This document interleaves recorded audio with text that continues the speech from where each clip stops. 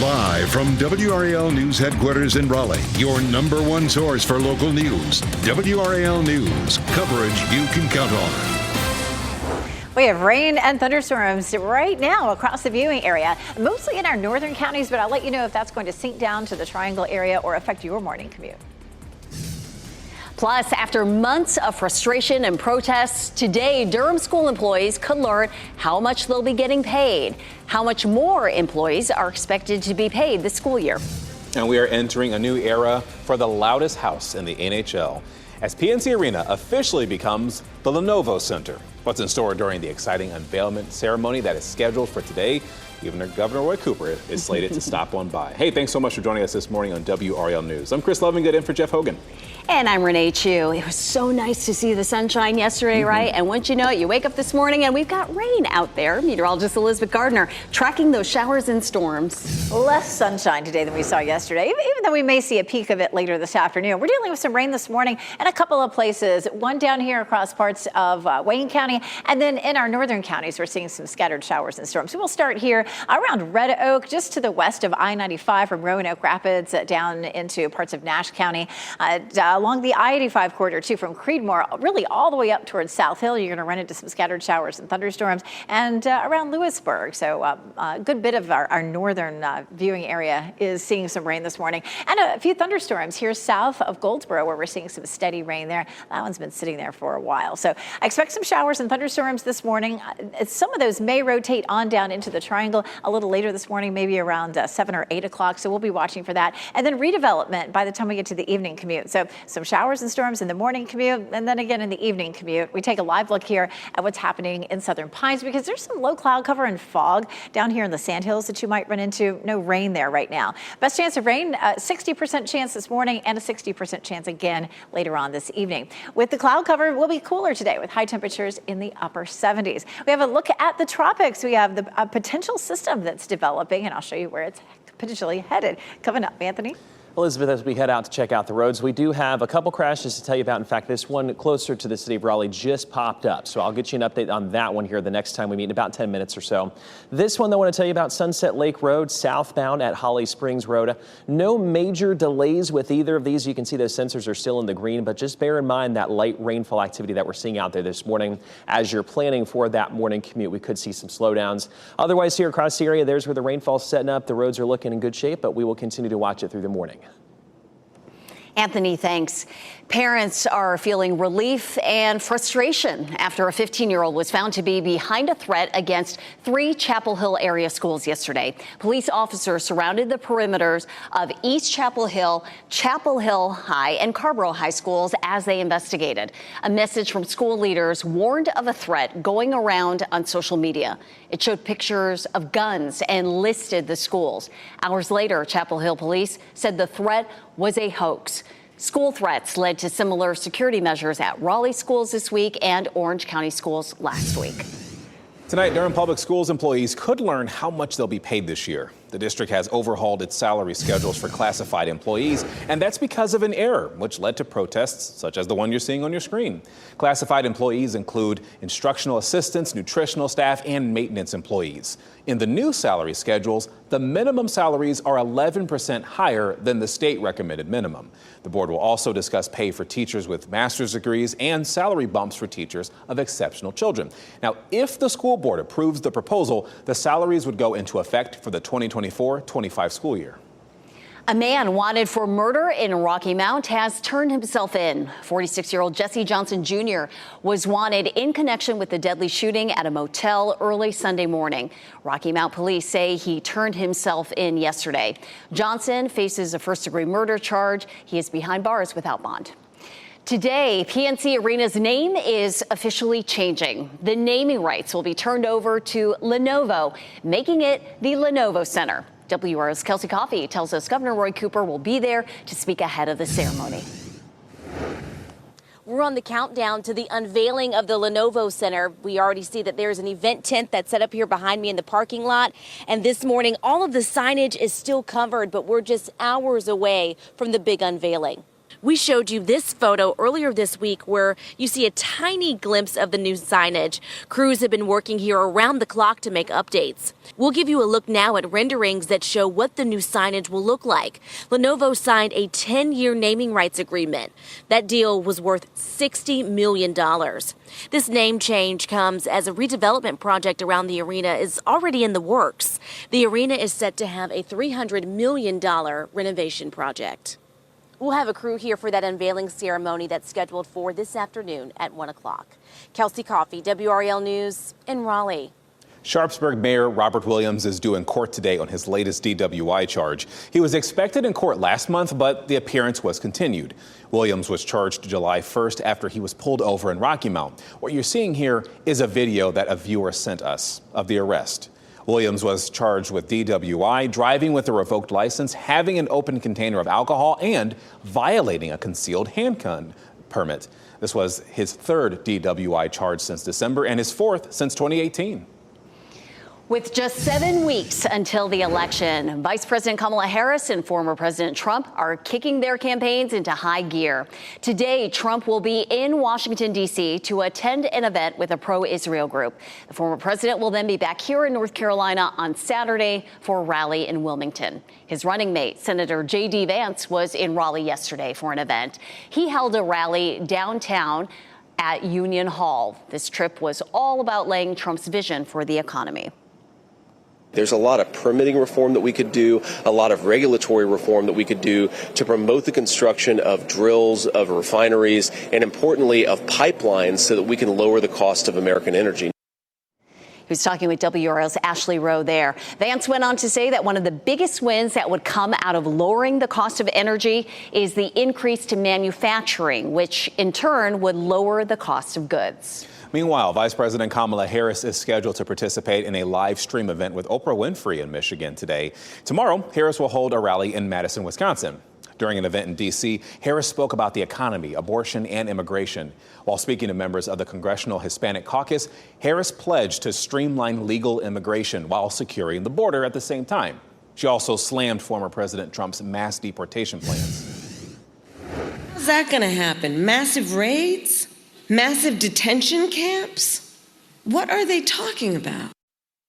Harris also condemned Project 2025. That's a proposed agenda for a second Trump term. The former president has tried to distance himself from that plan. UNC Chapel Hill is helping people prepare for emergencies with a festival today. It's called the Tar Heel Preparedness Festival. This is the third year this event has been hosted by the university. People will learn how to handle different types of emergency situations, including hands-on demonstrations. This will run from 11 until 2 over in the pit on campus. This morning, 2 new Wawa convenience stores in Wilson will officially open for business. They will be the first in our area, in fact. WRAL's Nick Perlin joins us from one of the locations in Wilson this morning. Nick, the first customers, they get something pretty exciting there. Chris, they get a free cup of coffee to help bring in the 2 new convenience stores that just came to Wilson. This is the one on Ward Boulevard, and it opens at 8. I did see some cars in the parking lot. Looks like there's some people getting ready to take in the new convenience stores. Now, there will be a ribbon cutting here at 9 to celebrate, again, these 2 new convenience stores. This is the first in Wilson, so a really exciting moment for a lot of people who live here. And yeah, if you want to be somebody here to welcome the new convenience store behind me, you get that free cup of coffee if you're the first 100 customers. So definitely get in line if you haven't already, and if you're waking up with us, maybe come on down. Reporting live in Wilson, Nick Perlin, WRAL News. Another week of football kicks off tonight with the New York Jets hosting the New England Patriots. The AFC East opponents will square off tonight at MetLife Stadium. That game starts at 8:15. The Carolina Panthers will hit the road this weekend to take on the Las Vegas Raiders. This time, Andy Dalton is their starting quarterback. Bryce Young is the backup. Kickoff is Sunday at 4:05. There's a full slate of games on WRAL and Fox 50 Sunday, beginning at 1 o'clock on Fox 50. Don't miss the New Orleans Saints taking on the Eagles. After that, on Fox 50, it's Ravens versus Cowboys. Baltimore looking for their first win. Then on Sunday Night Football on WRAL, the Kansas City Chiefs are taking on the Atlanta Falcons on the road. Kickoff is at 8:20. Your time is 6:08. A North Carolina man was found guilty of multiple felonies related to January 6th. The charges he is being convicted of and when he'll be sentenced. And the federal government could come grinding to a halt if a spending bill is not passed before the end of the month. What legislators are doing to avoid this potential shutdown. And showers and thunderstorms are with us already this morning. Some of those likely to start to drift down toward the Triangle area. I'll show you the timeline on Futurecast coming up. As you get into your car, tune to WRAL News Plus on your radio. In Raleigh on 99.3 FM. In Durham, 96.5 FM. And everywhere on 101.5 HD3.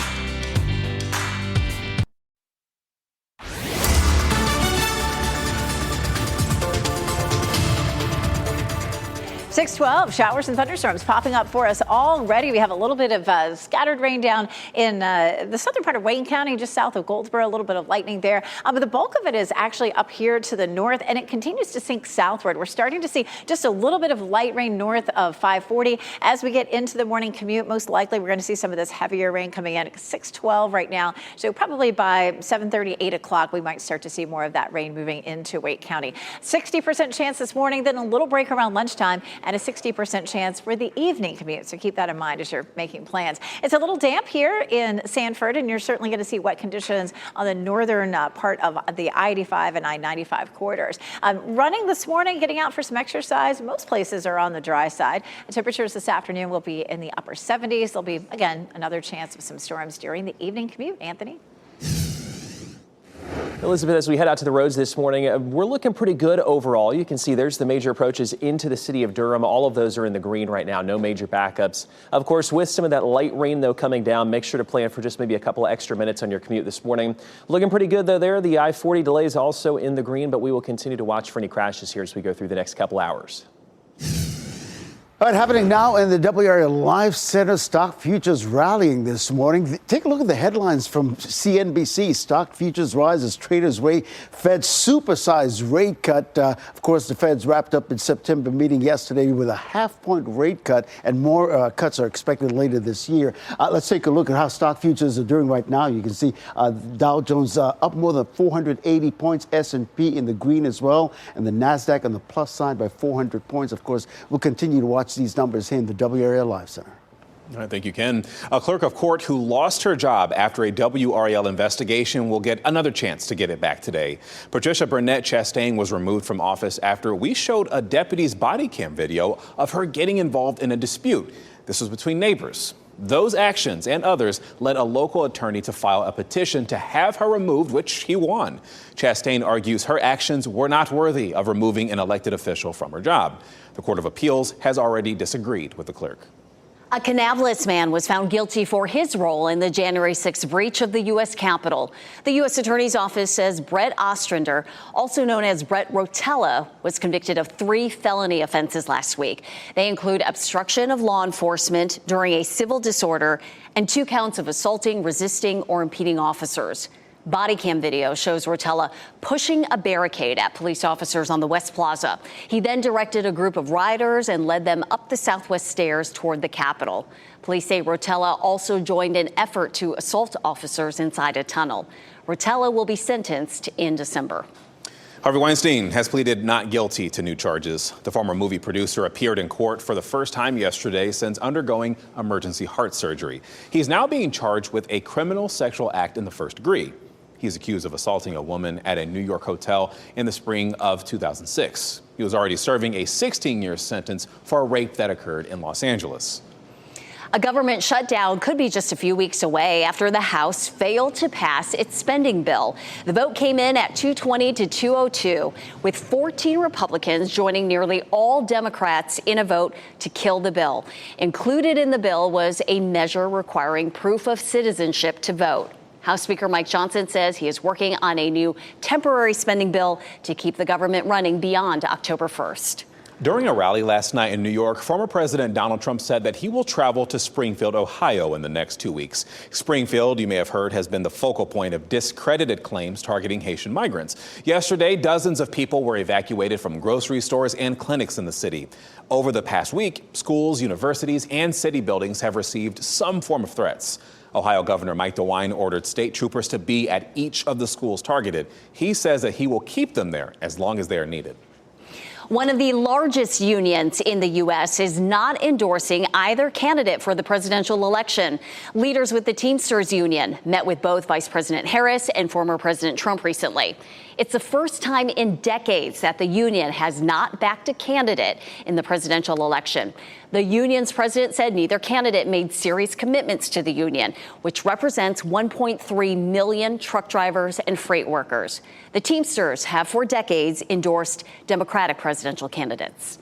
All right, as you're waking up this morning, you're probably looking outside wondering what is your commute going to look like weather-wise? Well, we've got meteorologist Elizabeth Gardner who is tracking that for you. Elizabeth, you've seen some rain, even tracking some lightning this morning. Yeah, we've got some thunder and lightning this morning. We're looking at mainly cloudy skies right now, a little bit of patchy fog down here in the Sandhills, but rain and thunderstorms in a few spots, mostly in our northern counties. We'll start here and zoom in, and plenty of lightning here in the northern part of Nash County, just north and west of Rocky Mount around Red Oak. That stretches all the way up toward Roanoke Rapids, and then Lewisburg, and then up and down the I-85 corridor from Henderson all the way up towards South Hill, some showers and thunderstorms. Starting to sink a little farther south. We're beginning to see a little light rain in the northern part of Wake County. We'll see more of that as we head through the morning. Hopefully it won't affect your morning commute, but it depends on how late you head out. By 8, 9 o'clock, we may have a better chance of some showers and thunderstorms in Wake County that could affect your morning commute.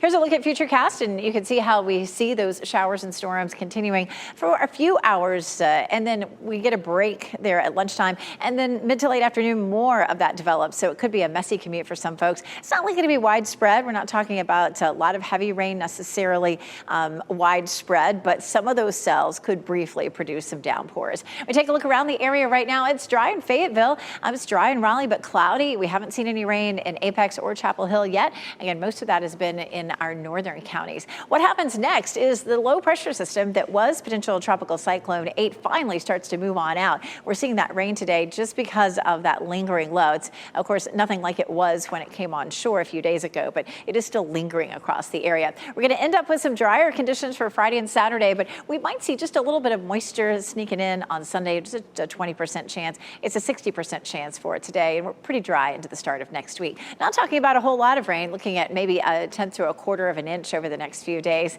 In the tropics, we continue to watch this system, and the National Hurricane Center has bumped up its chance for development to 40% chance now over the next 7 days. Doesn't look like it's anything that's going to develop right away. We take a look at the probability of a tropical depression forming, and you can see over here across parts of Mexico and potentially into the Bay of Campeche is where that could form. So you can watch it here near the Yucatan Peninsula, and it drifts westward as we get into the end of next week and next weekend. So we're talking about, a week away before it starts to affect land down in Mexico. For us, we're looking at a pretty nice weekend on the warm side with the mid-80s, but cooler weather for early next week. Anthony?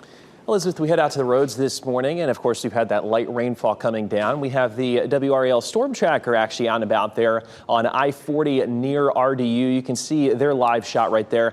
Definitely some sprinkles showing up. It doesn't look like it's pouring, but there's the windshield wipers. That is what you're going to want to plan for here as you're headed out this morning. Just some pretty light coverage that may try and continue through the morning. We will check back in with them here in just a little bit. But we talk about where we currently sit across the area. Like I said, pretty quiet right now. Light rainfall showing up across the area. No major crashes to report, but we will continue to watch that through the next couple hours.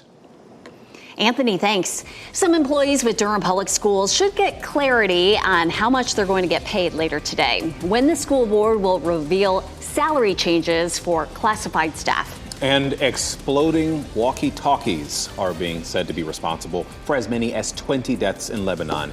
How discontinued devices from Japan were used in the attack believed to be orchestrated by Israel. Ahead this morning on Today, the team takes an in-depth look at some of the natural alternatives to weight loss drugs going viral online as people are seeking options beyond expensive medications. And just in case you missed them, here's a look at the winning lottery numbers. Good luck.